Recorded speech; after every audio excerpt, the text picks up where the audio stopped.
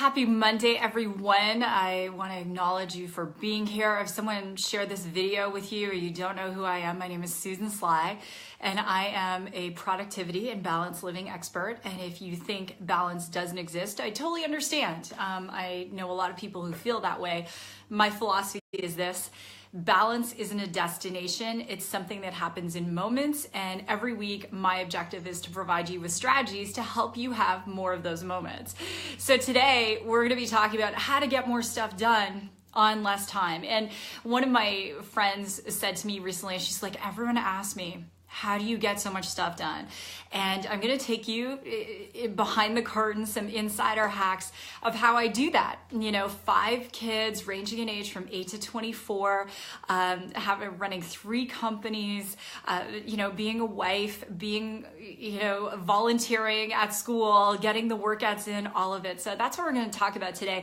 A couple of quick announcements. One of my favorite people on the planet is JJ Burton. JJ played in the NFL for 9 years, and he was released by 5 teams in 4 days. It was insane. JJ is amazing. He grew up in the projects. He went on a full track scholarship to University of Oregon, which is no easy feat. Went on to eventually play in the NFL as an entrepreneur and has 8 kids with his wife, Raina. They've been married for 27 years. My podcast episode with JJ just dropped today on iTunes, and I want you to check it out. Of everyone I've interviewed, his interview was amazing, and I have some cool guests coming up. Bob Burg, who wrote The Go-Giver, is coming up. Leadership, I can't even speak today. Leadership expert, gotta love Facebook Live, there's no editing. Leadership expert, Chris Widener, he is coming up. And so just some amazing people, so I'd love for you to check it out. My friend Sita, who started this organic clothing company, she's going to be coming on the show. So if you're an entrepreneur, a solopreneur, just someone who's looking for inspiration, motivation to go out there and crush it, I'd love for you to check out the show. On April 4th, my 6-week program online, Organize Your Life for Entrepreneurs, starts. I only teach that once a year. And that program is really designed for solopreneurs and small business owners. And I teach you how to get organized, how to have more life hacks. When do you use an NDA? When do you not use an NDA? It will help you become more productive. And a guarantee we have at my company is this: in my classes, you will either make or find the equal amount of money that you invest in that class, which is only $297. You will make it or find it during the 6 weeks, or we'll give you your money back. That's our guarantee. May 17th, I am going to be hosting a virtual event for 1,000 of you with my friend Randy Garn, who owns Scipio. We have some amazing people that we know. We're lining up some guests TED Talk style. We're going to be talking about digital marketing, how to really crush it in this economy, especially for those of you who are trying to juggle it all, like be the CEO, the CFO, and everything. So do check it out. Stay tuned on this page for all the information. So let's get started. So how many of you feel that you just wish you had more time in the day? And I'm watching the chat. So how many of you feel that? Like, do you ever feel like, oh my gosh, I wish I just had an extra hour? Or, I wish I could just clone myself, right? As a side, I was just reading that Barbara Streisand cloned her dogs. That's a whole other story. But, do you ever wish you could just clone yourself? It's like, oh, okay. I need to be in 5 places at one time. And it's like the day goes by. And oftentimes, it's very easy to look at people and go, they must have more time than I have, or they have more money, so they must have more help. Those are all excuses, and I say this with absolute love, pointy shoes, that even though right now I'm just wearing flip-flops because it's beautiful here in Arizona today, it's about 88 degrees. The reality is they're just more time efficient. And all of my friends, anyone who's a New York Times bestselling author, amazing speaker, and entrepreneur, they're just very time efficient. So I'm going to take you under the hood today and just share with you super quick 4 key strategies that my friends use, that I use to get more stuff done. So if you're excited about getting more stuff done in less time, let me know. So the first strategy is really about that one thing. And, in the book, The One Thing, they talk about, Jay Keller talks about, what is that one thing? And I see so many people in business, and they're new to business, or they're maybe like running a business on the side, and they don't have one thing. And if I said to them first thing in the morning, what's your one thing for today? They'd list that to-do list. Okay, I've got to get people to the event. I've got to get more leads. I've got to follow up with people. I got to do this. What is your one thing? So one of my strategies every single day, and I downloaded from Google, it was just a plugin you could have for productivity. What is your one thing you're going to focus on? So last week I had a day, my number one thing, I want to book 3 epic podcast guests. So I reached out to Bob Berg, as I said, Chris Widener. I reached out to JJ Burden, and boom, within an hour I had responses from all of them. Yes, I'd love to do your show. That was my one thing. Now, your one thing may change day to day, but at the end of it, it's all got to be leading to your ultimate goal outcome. So let me give you an example. When I was first getting started in network marketing, which is one of my businesses, I had a goal to make $100,000 a year. Now that was really important to me because that amount of money meant I could stay at home with my kids. And my son is on the autism spectrum. He's such an amazing boy, but I just wanted to be there for him. I didn't want to miss a moment. And especially when he was little, he wasn't going to nursery school. And I knew that was my amount. So my one thing every day I had to say, is this one thing going to get me closer to that goal? Is this one thing? So if I have an hour today, what's the one thing I can do that gets me closer to that goal? And, was it connecting with people? Was it follow-ups? Maybe I'd connected with a lot of people, but I had a lot of people to follow up with. In my business today, running 3 companies, I have a one thing. Going back to what is that one thing? So all of them are leading to this one area that is my life objective, right? And so my question for you is, are you using the one thing approach? I see Tara's here. I see Tracy's here. It's all perfect. Tracy, it's getting interrupted, but it comes back. Bruce is here. So what's that one thing? What's that one thing that you want to achieve? And what is one thing you can do today to get you closer to that goal? So that's how I get more stuff done. Now, my friend Harvey McKay, he's written 7 New York Times bestsellers. What he will do is whatever his one thing is that day, he'll put it on a Post-it note and he'll write it out on a few Post-it notes, the exact same thing. He puts one in his laptop, one in his car, one beside his bed. And it's like whatever that one thing is. And so for you, let's say you want to write a book, and the average book today, let's say it's about 50,000 words, 70,000 words. So maybe your one thing is writing 3,000 words a day. That would be getting you closer to your goal. Maybe your goal is to release 30 pounds. So what's the one thing you can do today in order to get there? So that's how I get more stuff done. I'm always asking myself, is this going to get me closer to my goal? And if it is, then as long as it goes towards that one thing goal, it's a yes. If it doesn't, then it doesn't mean it's a no. It just means it's a not now. Does that make sense, everybody? All right, I took some notes for you guys. The second thing that allows me to get more stuff done is I have learned to master important things and get them done in less time. So when I was a professional triathlete, I was not a great swimmer. I was a horrible swimmer. I'm not even going to kid you. I did get yanked out of a lake one time doing the the Muskoka triathlon because it looked like I was drowning. They just had to yank me out. It was that horrible, right? But I still became a professional triathlete because I was killer on the bike and the run. Anyway, so I realized that I could make up a lot of time swimming, but in order to compensate for that, I knew I needed to get really good in the transitions. So I would practice in my driveway, transitioning from a wetsuit to running, having my shoes in the bike pedals, jumping on the bike, starting to bike, getting organized in that way, and then transitioning from the bike to the run. And I kept practicing until I started to see, hey, Valerie, I started to see that my times, I was like the transition queen, right? I was watching America's Next Top Model years ago, and Tyra Banks had the models on the ground floor, they get the makeup, and they had to do full makeup between the ground floor, and I can't remember what number of floors there were in the building. And even for myself, it doesn't look like I have a lot of makeup on today. I don't have full makeup, but I've learned to do my own stage makeup. Today, this was my day. I got up at 5 in the morning. I did my prayers. I did my meditation. I wrote for my blog. I got a podcast summary done. My husband and I went out for a quick run. I got my girls their breakfast. I did hair. Then I went out to the yoga studio. I did a hot yoga. I came running in the door, and I literally had 15 minutes to go from hot, sweaty yoga to my hair being, dried out, putting some makeup on, and then going to the school to volunteer, coming in and doing 3 back to back to back Zoom meetings, and then just getting off a call with a potential client that I might go speak for. So that's been my day today. So I've actually learned to do my makeup in a very, very short period of time. Now, there are different standards. Like if I'm going to go, I'm speaking at Most Powerful Women in Network Marketing in April, which I'm very grateful for. So when I go do stage makeup, yes, I know that's going to take more time. But to be here with all of you, I think my message is more important than my makeup. I hope you all agree, but I've learned how to do that. So what can you master and learn to become more efficient at? So if prospecting conversations are essential to you, can you learn to get more efficient in that conversation?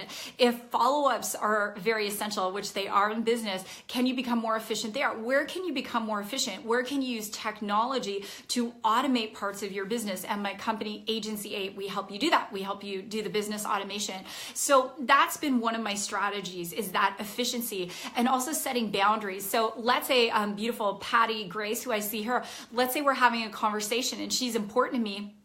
I might say, Patty, I want to help you. And girl, I have 5 minutes right now. So I'm not, I'm going to help Patty in that 5 minutes. I'm going to serve her, but I'm not spending 5 hours. Where are you wasting time? It's the same thing with social media. I'm like a social media ninja. It's like on, off. Some of the things are buffered. Some of the things are planned out, whatever it is. But it's, again, becoming masterful at the things that are essential. So go ahead and write that down. The third note I wrote down for you all today is to review and reflect.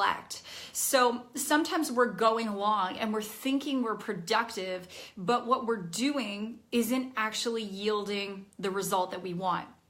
In which case, it's time to review, it's time to reflect, it's time to take a course, it's time to read a book, it's time to hire someone, download a podcast, it's time to do something so we can get better. So one of the things I do at the end of every single week is I take a moment early Sunday morning and I write down all of my progress for the week. And you might say progress, it depends where you're from. Progress. Anyway, so I write it all down and I do it in all the categories. So I do my health, I do my relationship with God, my relationship with my husband, each of my individual kids, my relationship with the community, how I served, each of my companies, any personal wins, and I do all the progress.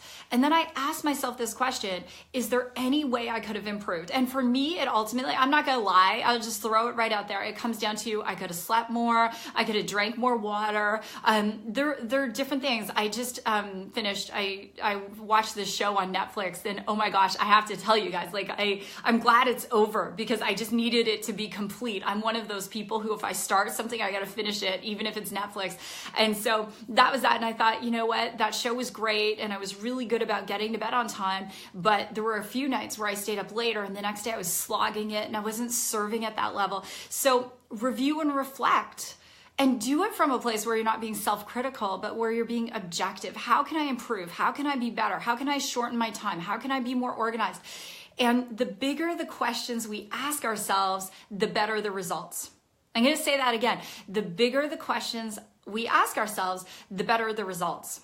So let's say, as an example, you recruited, a person in a week. So ask yourself a question. What would it take for me to recruit 10 people in a week, right? Let's say you got 2 workouts in the week. What would it take for me to get 6 workouts in a week? So asking yourself those questions, stemming yourself, and the people I know who are very, very successful, they're constantly looking at improving. So I was speaking today to someone whose family has the largest hotel chain in the world. Okay. And as I'm talking to her, she's doing this philanthropic project, which sounds amazing. And she just kept going, and I want to improve here, and I want to serve here. And you can tell, she's asking herself the big questions. And are you asking yourself the big questions? And the big questions are always focused on the goal outcome. They are not focused on the problem. Does that make sense? So anyone I know who's transcended, say, cancer, is focused on transcending cancer. They're not focused on the cancer. They're focused on the other side of that.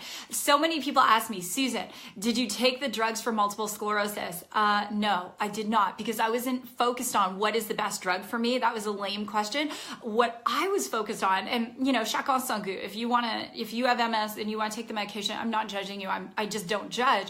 But I was focused on, what can I do to navigate this illness so I don't have to take the drugs? Again, it's a different question.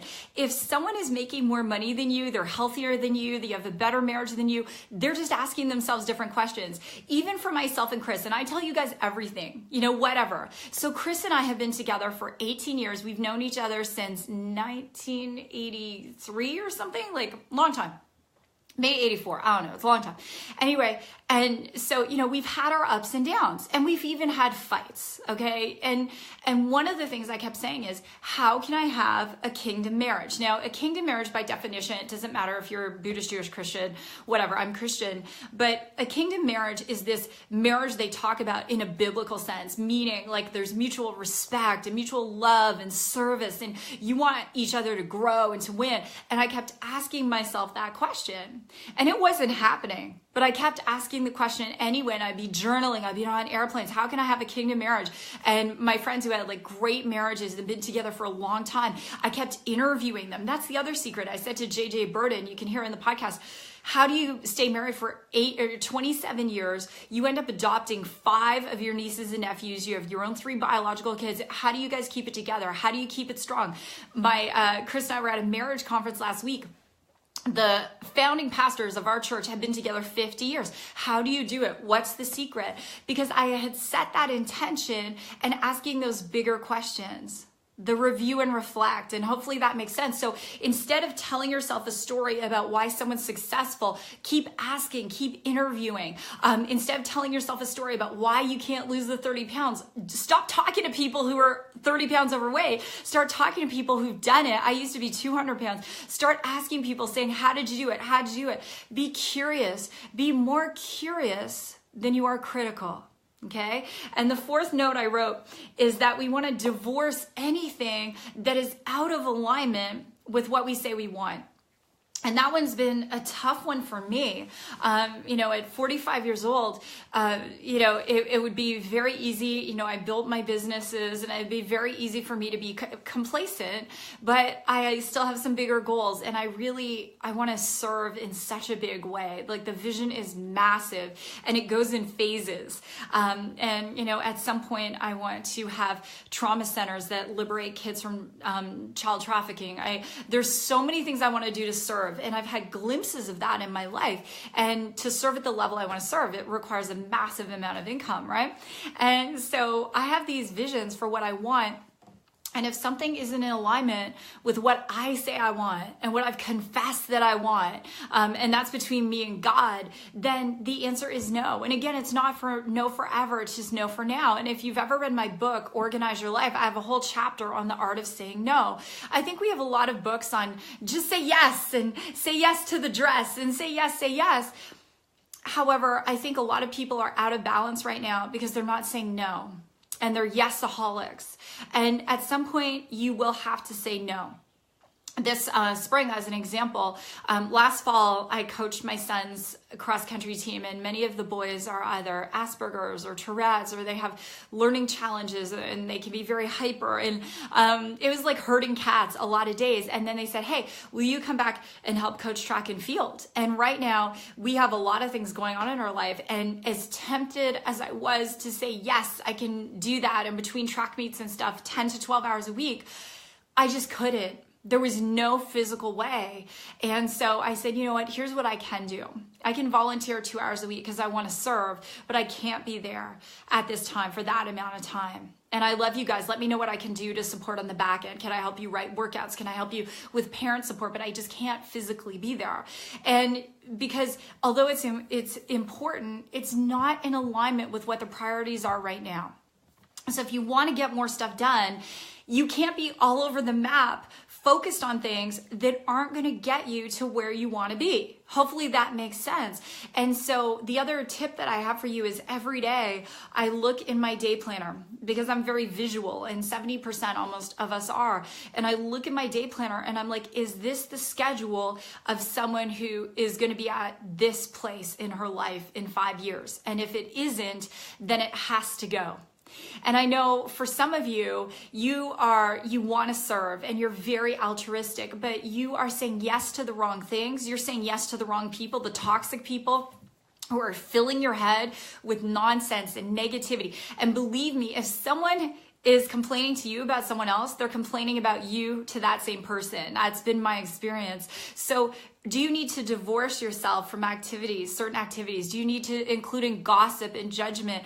Do you need to divorce yourself from some commitments, divorce yourself from some people? And the people I know who are uber successful, like when Harvey Mackay, who's written 7 New York Times bestsellers, when he said this year he's gonna write another one, number 8, when he's in writing mode, he has to divorce himself from other things. Even if someone says, hey, Harvey, here's $150,000 to speak, he has to divorce himself from that so he can get this done.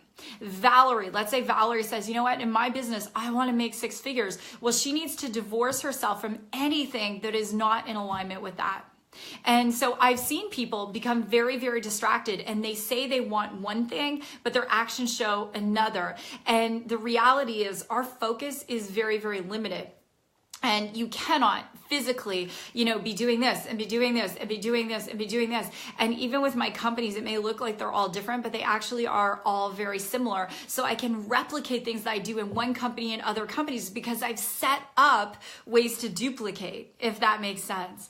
So my bottom line message to all of you, my friends, is make the commitment right now to become more time efficient, because the more time you save doing the necessary means that you have more time to do those things to help you lead that ridiculously fulfilling life. And so I would love to connect with you. I send out special things just to people on my list. So check out my site, susansly.com. It's under construction, so there's different things going on. But I send out cool stuff like free trainings with me. I send out coupons. You can't get that anywhere else. So definitely do hit up susansly.com. I'm here every Monday, and right now I'm teaching my class Business Academy, so it isn't at the same time I was usually doing this. But if this has been of value to you, please tag it, please share it, please comment. I would love to read your comments. And also, I've got coming out a work-life balance survey. So when you start to see that, I would love for you to fill it out. I will not use your information for anything else, but I'm creating a series of articles on the dialogue on work-life balance right now because it is changing. So with that, God bless all of you. Check out my interview with JJ Burden. I love you guys, and I will see you next Monday. Goodbye, everyone.